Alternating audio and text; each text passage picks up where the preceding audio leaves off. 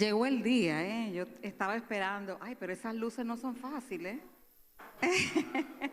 A mí me gusta ver en la cara a la gente y como ver lo que está pasando, pero esas luces son criminales.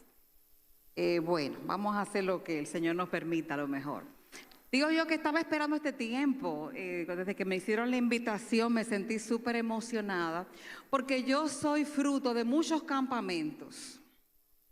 Yo desde los, qué sé yo, mi primero fue cuando tenía 9 años, si mal no me acuerdo, mi primer campamento, y mi vida transcurrió entre campamentos y nosotros le llamábamos convenciones de jóvenes desde toda mi vida. Yo sé las cosas que Dios puede hacer en estos escenarios y me encantó que me invitaran. Gracias. Vamos a ver si me va mejor que a José Ramón con eso. Ok, me entregaron el tema sanando las relaciones familiares y me emocioné mucho porque como psicóloga me doy cuenta de que muchos de los problemas que la gente tiene, el origen son relaciones, situaciones que se dieron en la familia que nunca se sanaron, y tú ves personas que están en sus 60 años con un cuadro depresivo terrible y con una crisis existencial en su vida, y cuando vamos a averiguar cuál es el origen, una herida familiar. Nunca me olvido de este señor de 64 años un día en mi oficina llorando como un bebé, recordando las palabras crueles de su mamá y con una crisis familiar terrible, con una situación desastrosa, simplemente porque él no encontró cómo sanar eso a tiempo. Así es que me encanta la idea de que ustedes, gente joven, van a empezar a sanar cosas, van a resolver cosas temprano en su vida, para que usted vaya ligerito de equipaje en la vida. A mí me encanta cuando veo gente joven buscando solucionar temas de sanar cosas. Y las relaciones familiares, bueno, ya José Ramón me ayudó, me avanzó parte del marco por donde yo iba a empezar, y esa parte la vamos a manejar bastante más rápida ahora. Pero vamos a hablar un poquito de sanando las relaciones familiares. Lo primero es que quien se inventó el tema de la familia fue Dios. Dios se inventó el tema de la familia, y el tema familiar es un tema que viene desde los cielos. Porque ¿qué dice? ¿Quién es Jesús? ¿Es el qué? El Hijo de Dios. O sea que miren desde dónde viene la cosa. Y cuando Él crea al hombre y se da cuenta de que definitivamente el hombre no está hecho para funcionar solo, dice, no es bueno que el hombre esté solo. Vamos a crear que Él viva y habite en familia. De hecho, la palabra dice que Él hace habitar en familia. Eso tiene un significado grandísimo, porque Dios sabe que nosotros necesitamos la familia para poder desarrollarnos. El pensamiento de Dios es este, y lo voy a resumir en unos versículos que usted se conoce bastante bien. Usted lo ha leído muchísimas veces y vamos a concentrarnos en 2 de esos versículos. Pero Colosenses 3, 18 al 21, primeramente habla de los esposos. Esposas, sujétense cada una a su esposo como corresponde a quienes pertenecen al Señor. Maridos, ame cada uno a su esposa y nunca la trate con aspereza. Hijos, obedezcan siempre a sus padres, porque eso agrada al Señor. Y luego dice, padres, no exasperen a sus hijos para que no se desanimen. Esa es, digamos que, la manera como se supone que debería funcionar. Y algunos están pensando, Ángela, pero mi papá y mi mamá como que no leyeron ese último versículo. Que no exasperen a sus hijos, pero ellos no sabían, ellos parece que no saben que eso está en la palabra. ¿Sí? Eso es como debería funcionar funcionar es a lo que debemos aspirar y es lo que tenemos que trabajar para cada quien hacer la parte que le corresponde, porque la Biblia es un manual que Dios nos dejó diciéndonos, así es como funciona tu vida de la mejor manera posible. Cuando usted compra un computador, cuando usted compra un aparato cualquiera, eso viene con un manual de quien lo fabricó, que le dice, la mejor manera de que esto funcione es esta. La Biblia es el manual que Dios nos dejó para que nuestra vida funcione en esta tierra de la mejor manera. Y con respecto a la familia, Él nos dejó estas instrucciones a través del apóstol Pablo. Entonces, podríamos empezar a ver desde ahí y me podrían decir, Ángela, pero mi familia como que no funciona de esa manera.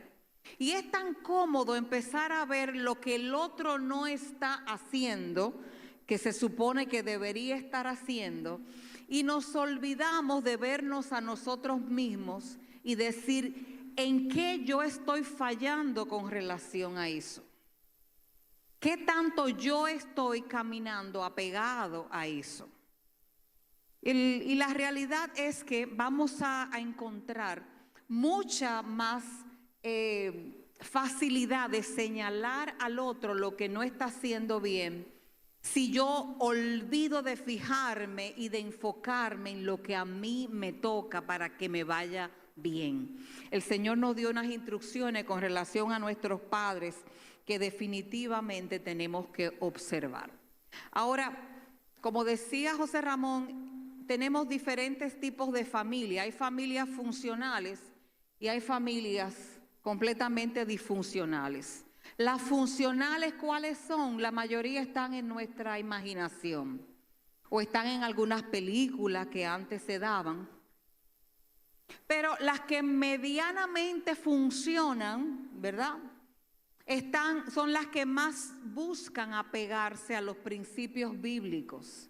Esas se vuelven más funcionales, pero la realidad es que la mayoría de nosotros somos frutos de una familia disfuncional, una familia que no opera de acuerdo a diseño.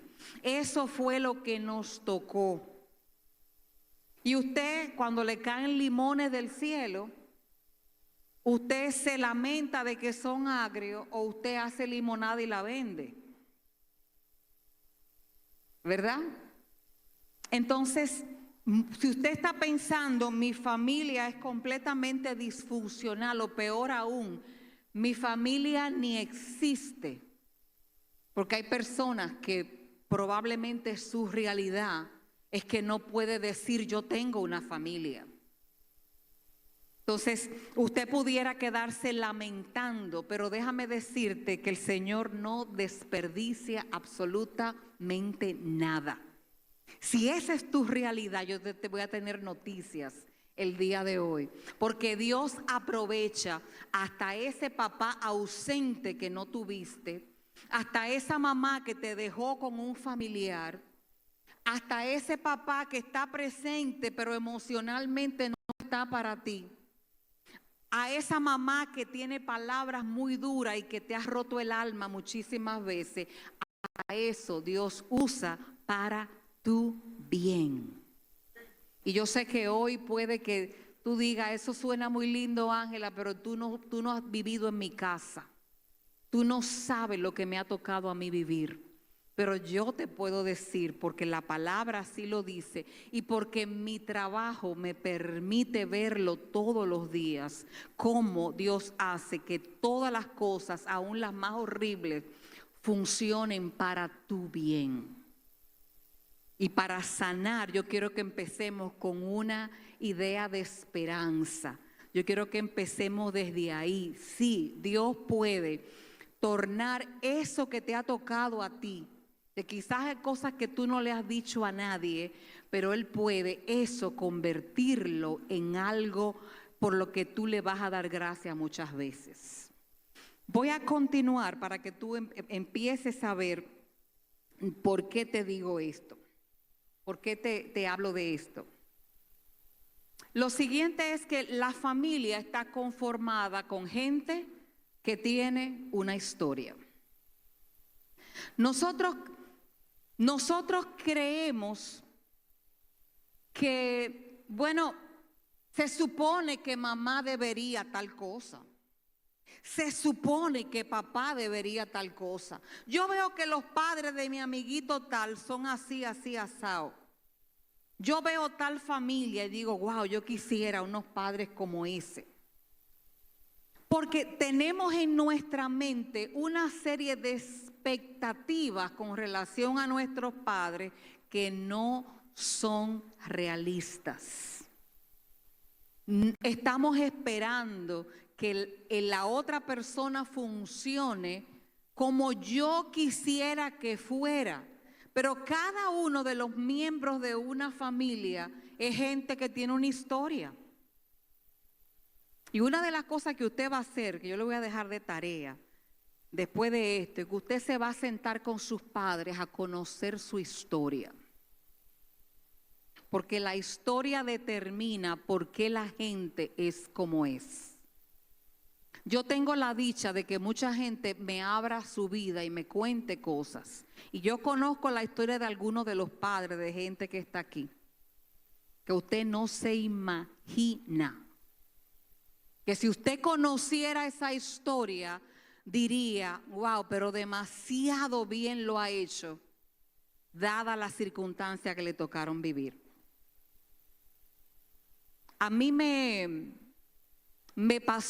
tomó muchos años entender a mi mamá. Aquí voy a abrir mi corazón porque yo quiero que tú te lleves algo de mucho valor. La historia mía, yo soy una hija, la tercera, los hijos sándwich, lo que está en el medio. Bueno, a José Ramón le tocó medio a medio, por lo que escuché. Los hijos invisibles, los que estamos en el medio. Yo soy la tercera de 4. La rebelde, la que siempre buscaba romper las reglas, porque como era invisible hay que llamar la atención de alguna manera, ¿verdad? Y mi relación con mi mamá fue horrorosa durante la mayor parte de mi niñez y hasta cierto punto en la juventud, en mi primera juventud, perdón. Estamos en la segunda.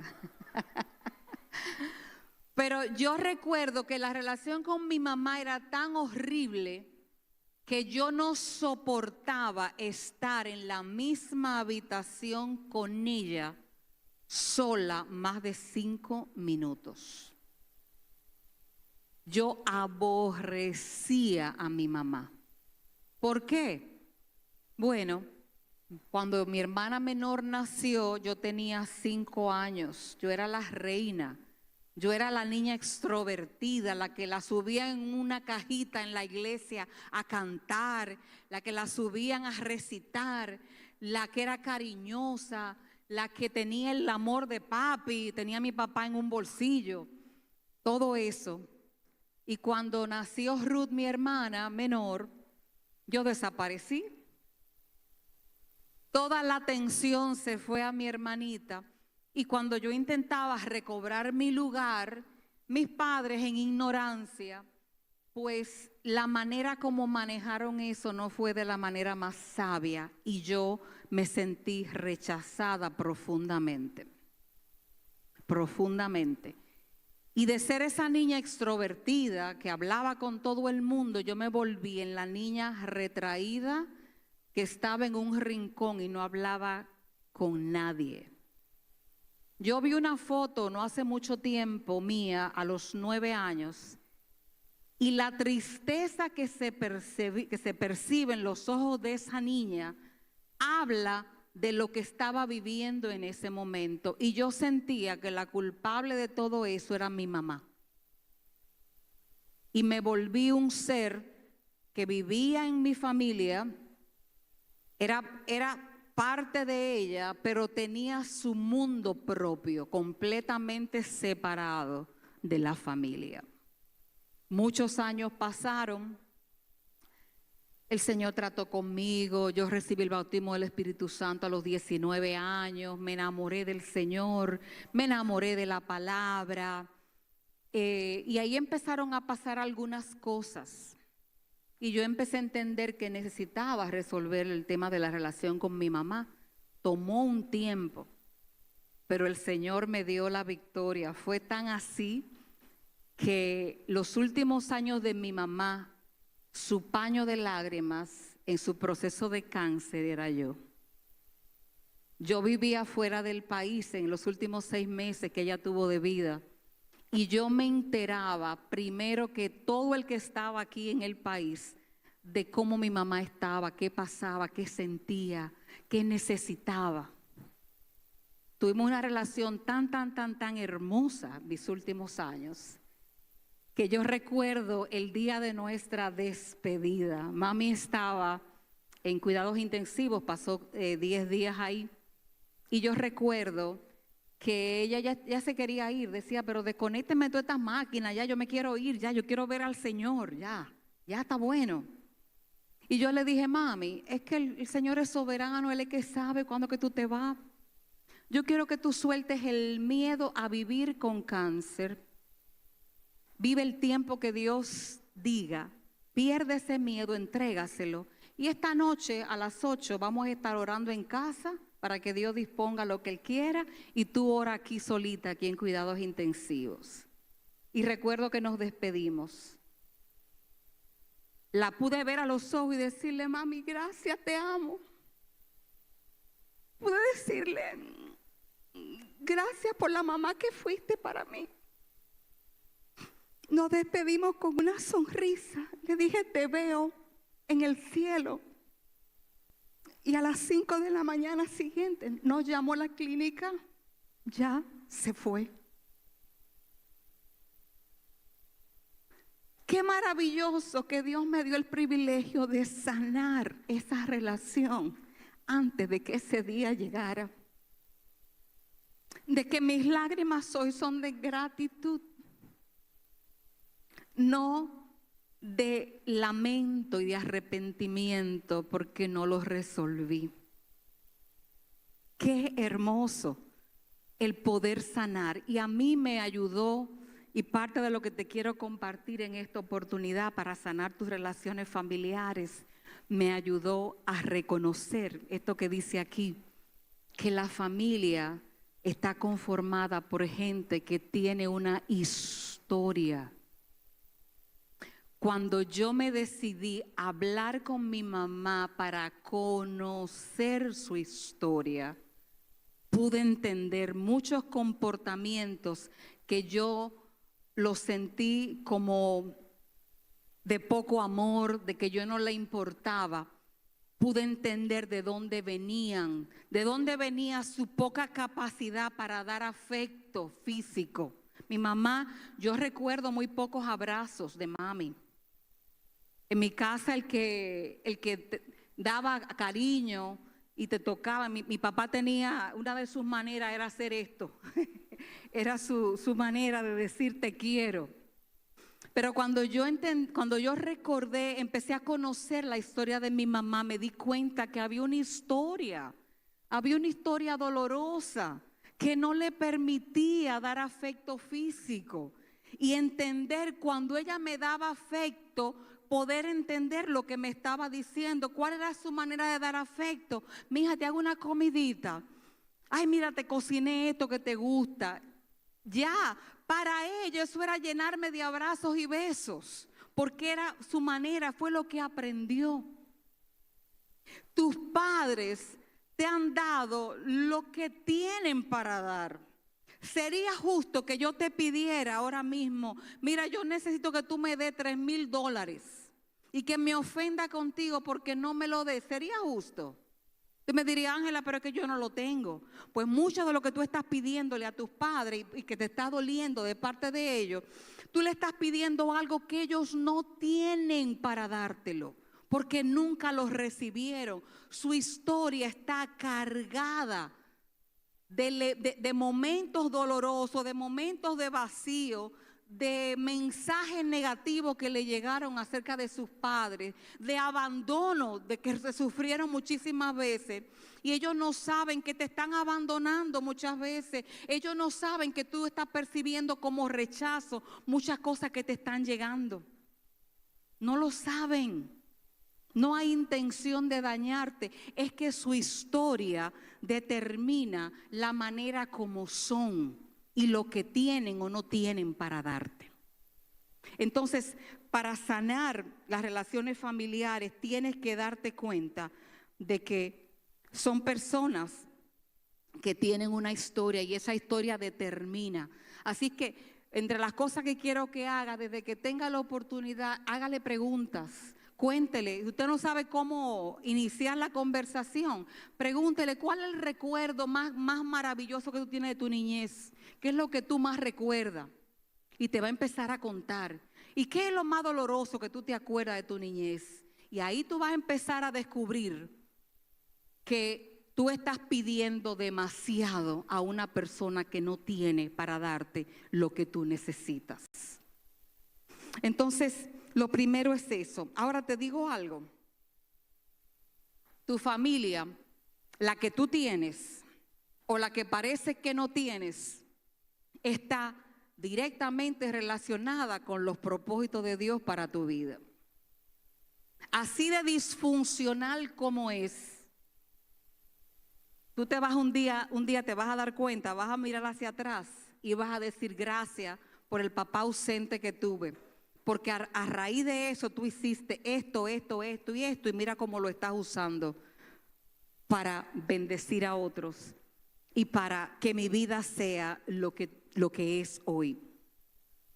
Dios permite una serie de cosas en nuestra vida, aunque sean dolorosas, y Él tiene el poder de cambiar eso para bien y de usarlo de una manera hermosa.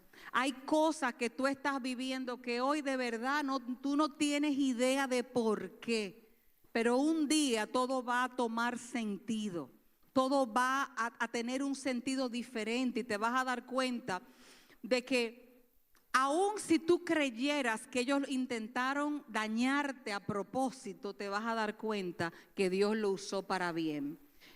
Y si no, váyase al libro de Génesis y léase la vida de José. José tenía una familia un poquito complicada. Si usted quiere el cuadro de una familia disfuncional, la familia en la que nació José tiene todas las características de una familia disfuncional. Y sus hermanitos de padre y madre, bueno, algunos de padre, otros con diferentes madres, lo vendieron como esclavo.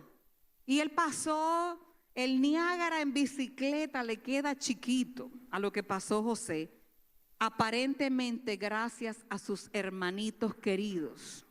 Sin embargo, el día que José entendió la historia desde la perspectiva de Dios, él le dijo: no lloren, no se sientan mal. Ustedes lo pensaron para mal, pero Dios, mira, lo cambió para bien. Esto tenía un propósito. Ustedes me vendieron y lo que hicieron fue que me pusieron en mi transporte para llegar a Egipto. Ustedes me vendieron y me pusieron en la escuela de entrenamiento para administrar riqueza. Ustedes me vendieron y pensaron que me iba a ir muy mal y Dios eso lo tornó para bien. Entonces, aunque tú no lo creas, el plan de Dios es perfecto. Y ese plan de Dios sí incluye esa familia disfuncional que te tocó. Confía que Él lo va a cambiar para bien.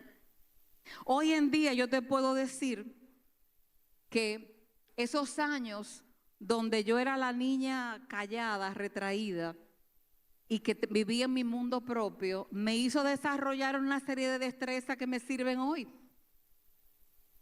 ¿Por qué? Porque yo aprendí a pensar de manera independiente. Mis hermanas, por ejemplo, decían no, porque mi mamá era bien manipuladorcita ella. Y usaba mucho esa herramienta con mis hermanas, pero yo se la veía al vuelo. Y yo recuerdo que en una ocasión mi mamá quería manipularme con esta. Me decía, tú no puedes hacer eso porque ¿qué va a pensar tu hermana, la más chiquita? Ella necesita un modelo. Digo, no, espérate. Ella tiene 2 modelos, que siga las otras 2. Era una manera de decir, eso que tú me estás diciendo, yo sé que tú me estás queriendo llevar en esta dirección, pero ni sentido tiene, ni bíblico era. Eso hizo que yo, cuando conocí las Escrituras, yo pasara todo por el tamiz de la palabra. Yo recuerdo en una ocasión que mami, íbamos para el cine a las 3 y mi mamá en ese tiempo pensaba que eso era pecado, más o menos tenía en mente que eso era pecado. Ustedes van a ir al cine. Y yo recuerdo que saca la palabra y dice, porque bienaventurado el varón que no anduvo en consejo de malos y que no anduvo en camino de pecadores, ni en silla de escarnecedores se ha sentado. En esa silla se sientan escarnecedores. En esa silla iba gente a hacer cosas que no están bien. ¿Cómo es posible que 3 niñas santas vayan a la iglesia? Yo le dije, mami, vayan al cine. Y yo le dije, mami, pero tú vas a un restaurante y no se sienta todo tipo de gente en esa silla. Tú vas al médico y no se sienta gente que tú no sabes cuál es su vida. Entonces, a mí me sirvió para tener un pensamiento crítico, no simplemente tomar lo que el otro dice como bueno y válido. Me enseñó a ir a la palabra, a pensar un poco diferente. Me hizo independiente mientras mis hermanas tenían miedo hasta de cualquier cosa. Hay que hacer una llamada, preguntar una información, llama tú. Yo era la salía, la que llamaba, la que iba, la que a los 12 años se montaba en carro público y hacía toda su diligencia sola. Entonces, me dio herramientas para la vida. Desarrolló cosas en mí, Dios utilizó eso para bien. Lo que tú estás viviendo, esa familia que tú a veces lamentas haber nacido en ella, y alguno de ustedes bajo maldición ha dicho, ¿por qué me tocó esta familia? Yo te quiero decir hoy, hay un plan que es perfecto e incluye esa familia con todo lo disfuncional que tú la ves hoy. Un día va a tener sentido, tú vas a ver que sí. Te voy a contar la historia de Aurora para ilustrarte un poquito esto que te estoy diciendo. La historia de Aurora, esa es una mujer que yo le tengo mucho, estoy usando un nombre diferente. Pero esta mujer, su historia es muy interesante. Ella nace en un hogar donde tenía un padre alcohólico. No solamente era alcohólico, era violento. Ella es la más pequeña de 4 hijos. Hay 3 varones primero que ella. Y su mamá era una señora ya un poco entrada en edad para empezar a criar a esa edad. El padre era tan violento que ellos tenían que cuando él bebía casi todas las noches, tenían que salir corriendo de la casa, irse a esconder, porque él venía a golpear a todo el mundo, no le importaba. Ella dice, yo recuerdo noches uno buscando construcciones para uno meterse ahí en esas construcciones y esconderse de él. Eso pasaba tan a menudo. Y después que él ya se dormía, algunos de mis hermanos iban a ver, cuando ya estaba dormido, entonces regresábamos a la casa. Recuerda los golpes porque sus hermanos aprendieron esa manera y ella era el sandbag de todos, de los 3 hermanos. Ella llevaba golpes de todito. Dice, a mí me despertaban a golpes a cada rato. Ella dice, mi mamá en un momento tuvo que irse huyendo y yo con 4 añitos irnos a refugiar en un campo donde se recogía café. Y yo recuerdo con mis manitas trabajando con mi mamá para recoger café, para conseguir algo de dinero. Dice, mi vida transcurrió en esa situación hasta que mi papá se muere ya a los 10 años. Y entonces estamos sumidos en una pobreza extrema. Y yo desde chiquita cosía ropita de muñeca, iba donde una señora que era modista, para yo venderla, para yo conseguir 2 o 3 centavos para comprar azúcar para el café de mi casa, con 7, 8, 9 años. Y ella dice, como yo era como inteligentica, sufría bullying en la escuela y los niños me golpeaban también. Y yo no me atrevía a decirle nada a mi mamá porque no quería que me sacara de la escuela. Para mí era muy importante aprender. Pasado el tiempo, ya una adolescente empieza a conseguir trabajitos con los vecinos porque para ella tenía muy en su cabeza, yo tengo que producir dinero para mi mamá, porque ya la mamá no podía trabajar.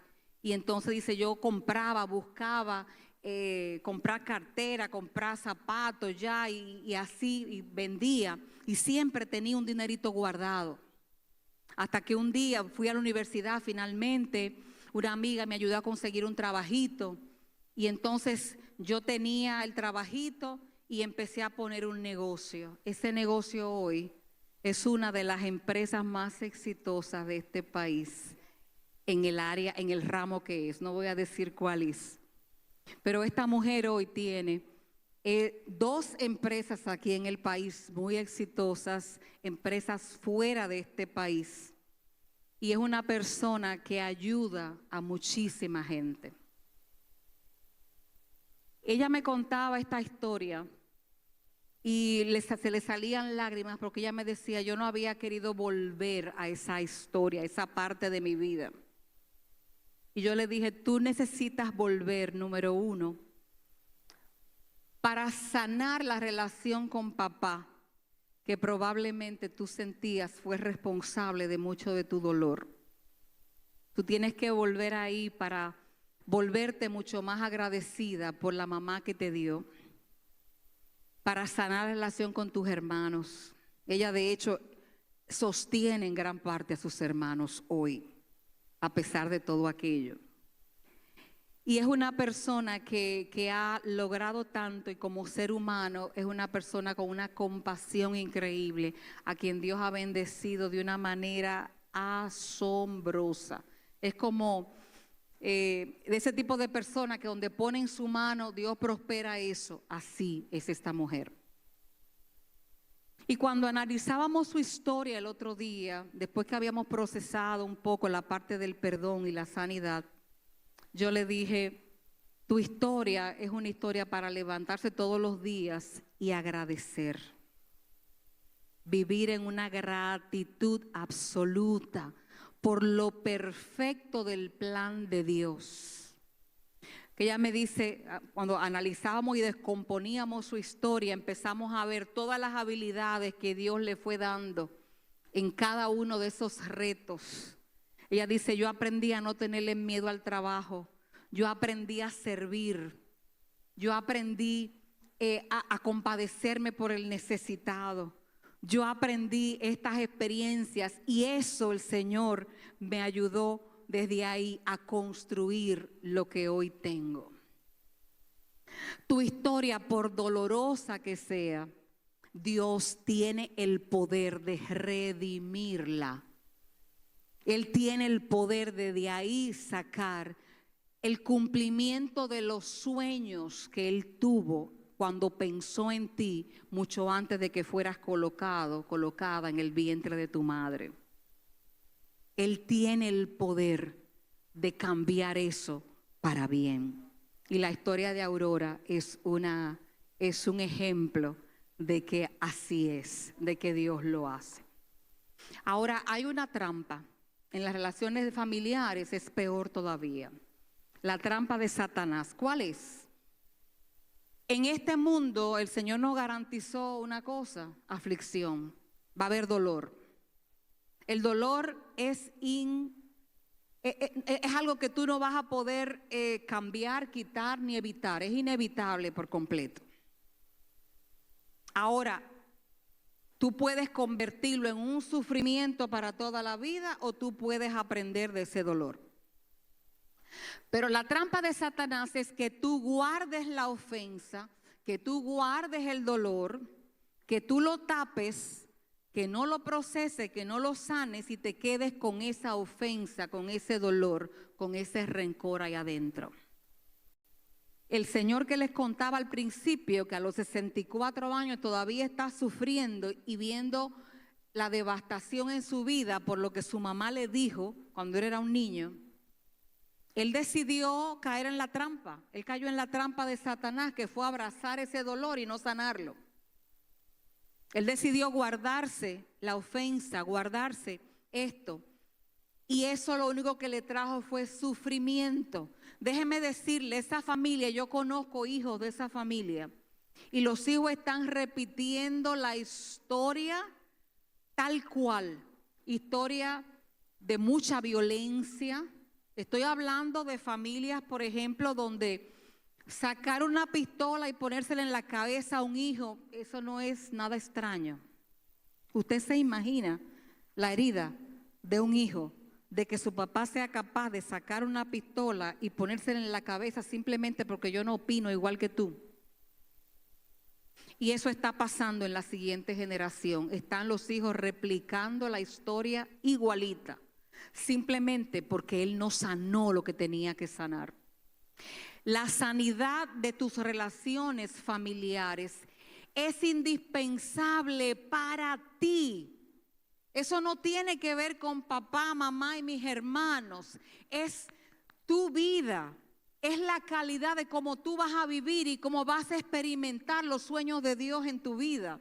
Tú no puedes dejar eso para mañana. Si le vas dando larga, vas a caer en una trampa de la que no vas a encontrar cómo salir después. Mientras más temprano usted agarra una infección, es mucho más fácil acabar con la bacteria o virus, lo que fuera que la produjo.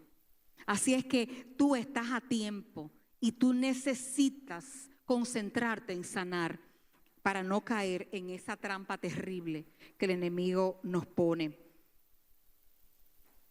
Miren qué es lo que pasa. Yo le decía que el dolor va a pasar, no hay forma de evitarlo.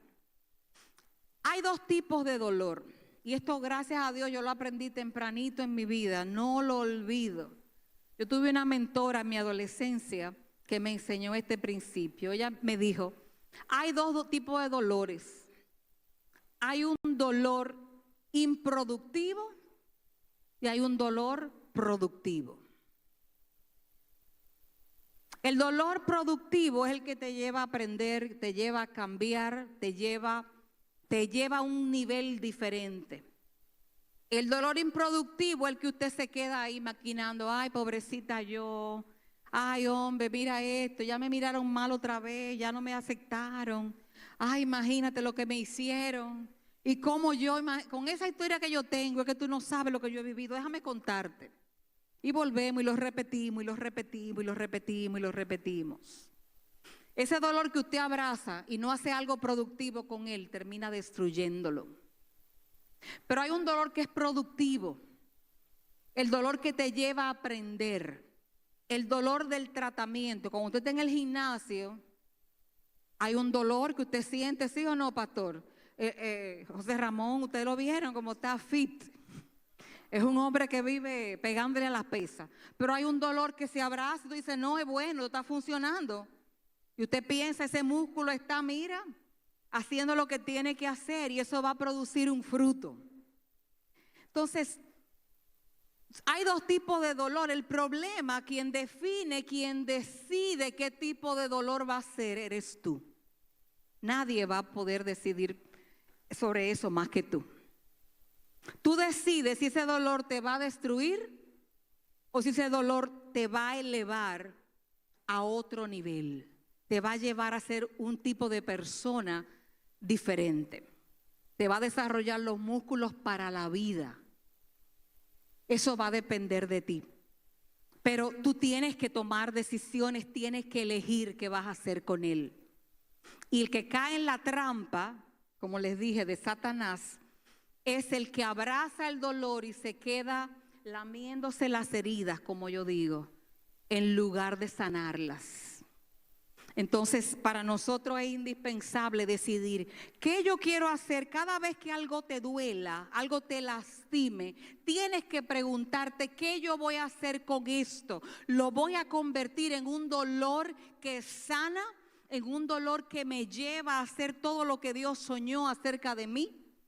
¿O me voy a quedar lamentándome en autoconmiseración? Hay una frase de Joyce Meyer que a mí me encanta, que en español no suena tan bien. Lo voy a decir de las dos maneras, porque yo sé que aquí hay muchos chicos bilingües. Ella dice, you can be pitiful or powerful, but you can't be both at the same time.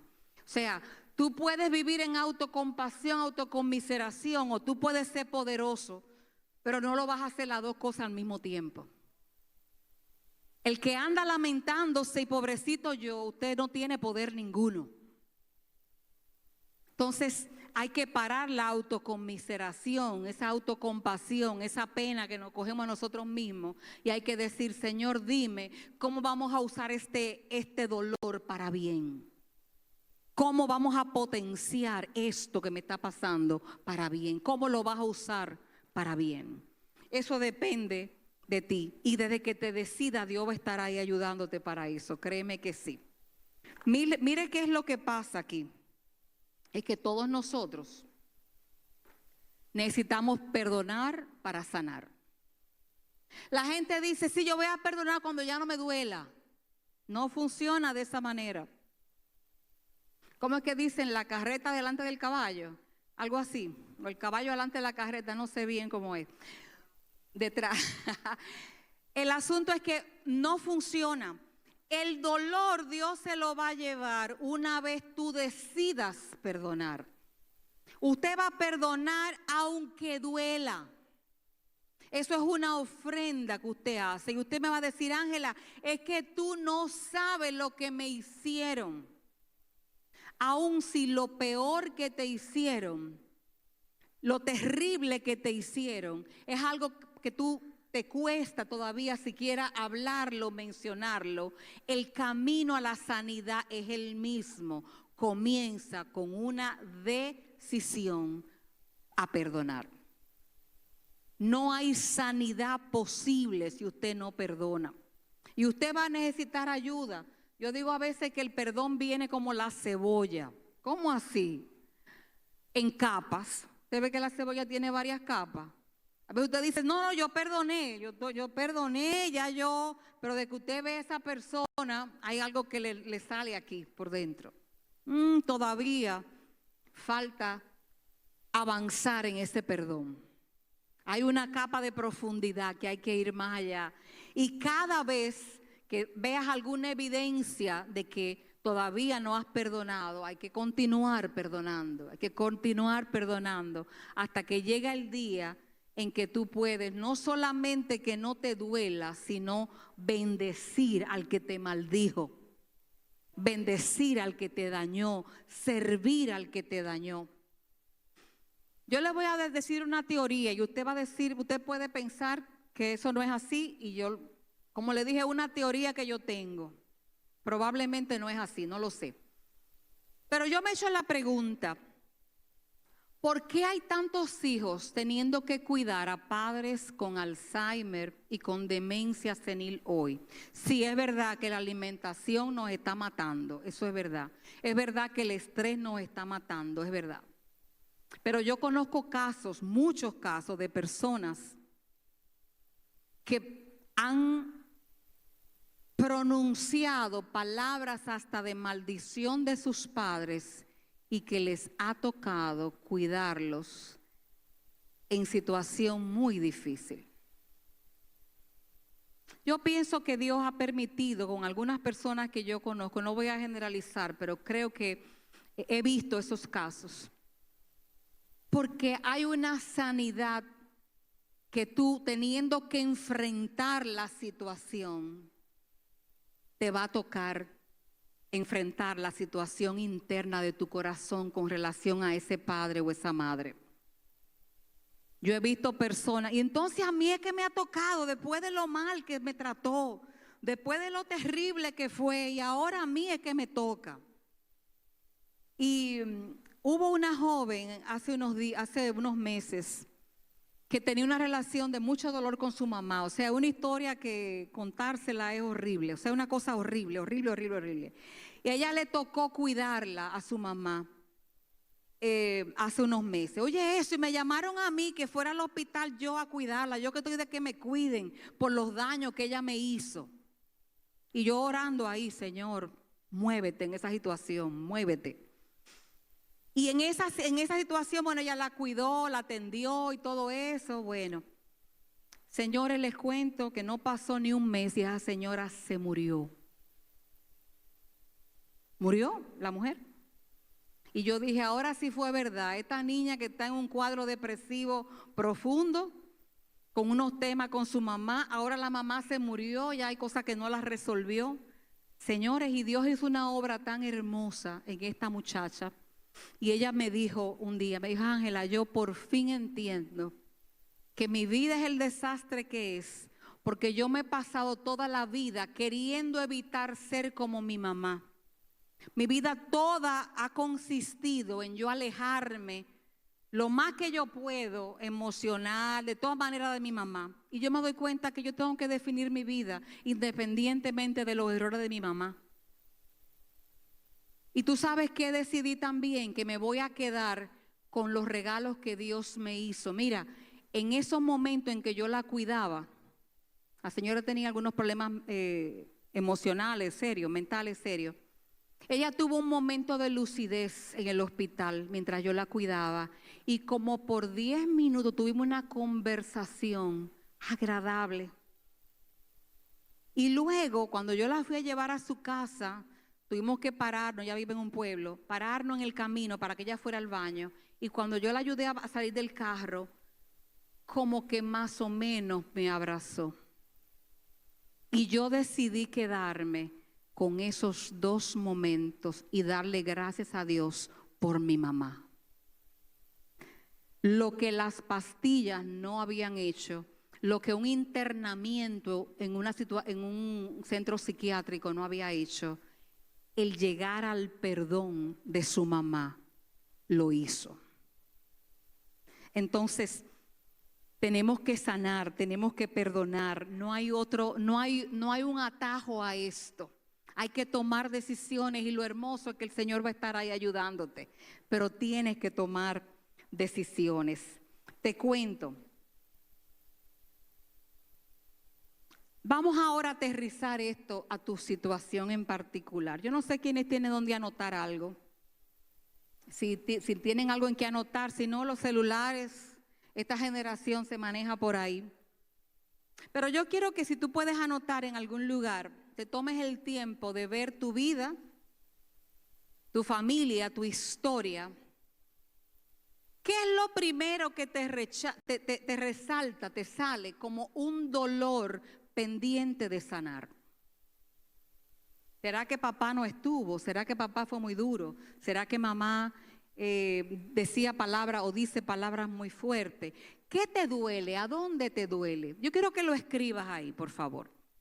Vamos, le voy a dar unos minutitos.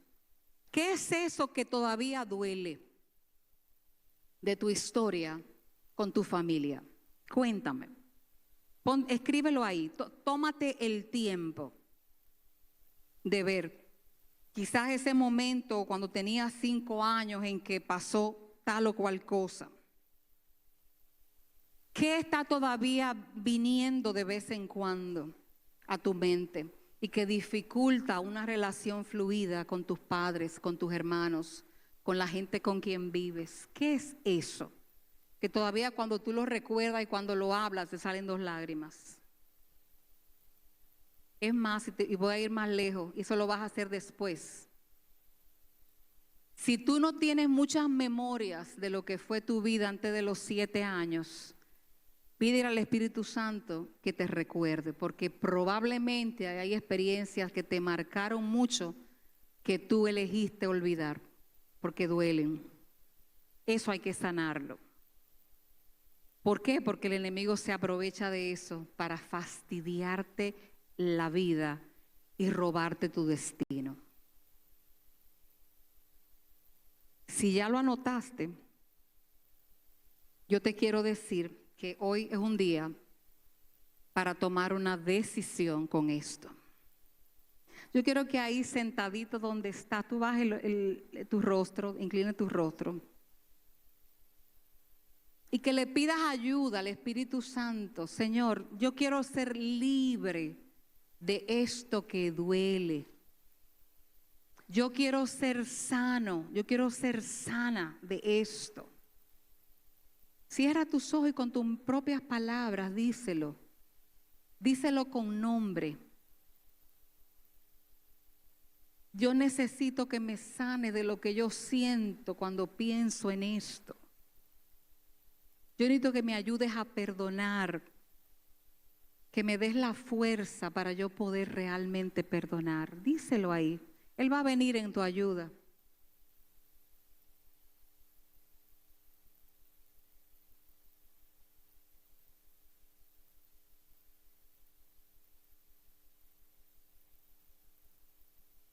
Espíritu Santo,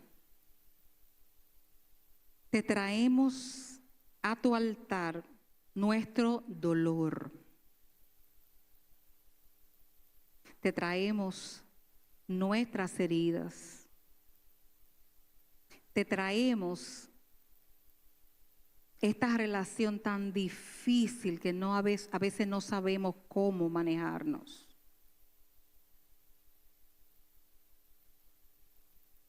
Tomamos decisiones hoy acerca de esto.